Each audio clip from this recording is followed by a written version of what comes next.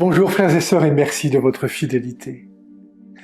Jésus, qui vient d'envoyer les 12 en mission, voit grandir autour de lui sa notoriété à cause de ses paroles et de ses actes. Pourtant, l'évangéliste Marc déplace notre regard vers Jean, le Baptiste, et vers sa fin tragique et violente. Jésus entre pleinement sur la scène de l'histoire, tandis que Jean, lui, en sort de manière dramatique. Jean le Baptiste est le dernier grand prophète de la première alliance, l'homme envoyé par Dieu pour préparer les cœurs à accueillir l'agneau de Dieu, le Messie.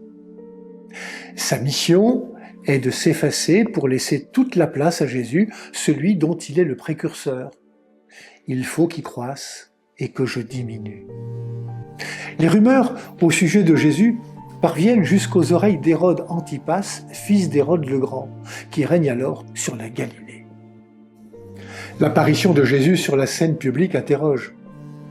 Qui est donc cet homme dont tout le pays parle? C'est précisément à ce moment que Marc choisit de raconter la mort de Jean le Baptiste.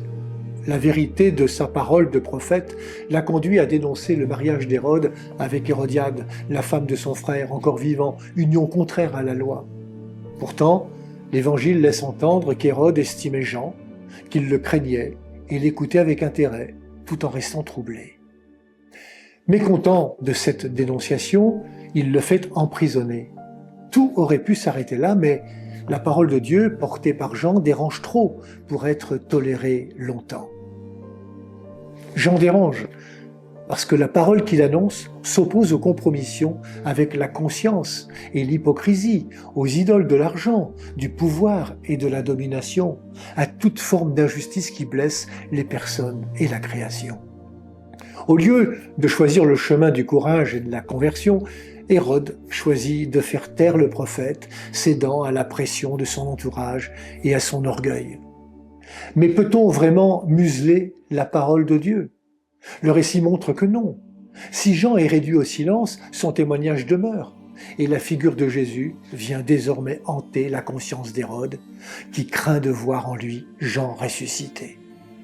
Ainsi, la mort de Jean ouvre symboliquement la voie à Jésus, qui vient porter à son accomplissement le témoignage rendu à la vérité et à la lumière. Le roi pressent avec justesse que Jésus vient reprendre et achever l'œuvre du prophète pour révéler pleinement la lumière de cette vérité. Nous qui par le baptême sommes consacrés, prophètes, comme appelés à la suite de Jean et de Jésus à risquer notre réputation, notre confort, parfois même notre liberté, pour la justice et la vérité. Si notre parole ne dérange jamais ni les Hérodes de notre temps, ni personne autour de nous, n'est-ce pas le signe qu'il faut revisiter notre fidélité à cette mission prophétique? Allez, dit Jésus, je vous envoie comme des agneaux au milieu des loups. Appel à une mission humble et désarmée, mais habitée par la force de Dieu. Bonne journée à toutes et à tous, prenez bien soin de vous et des autres.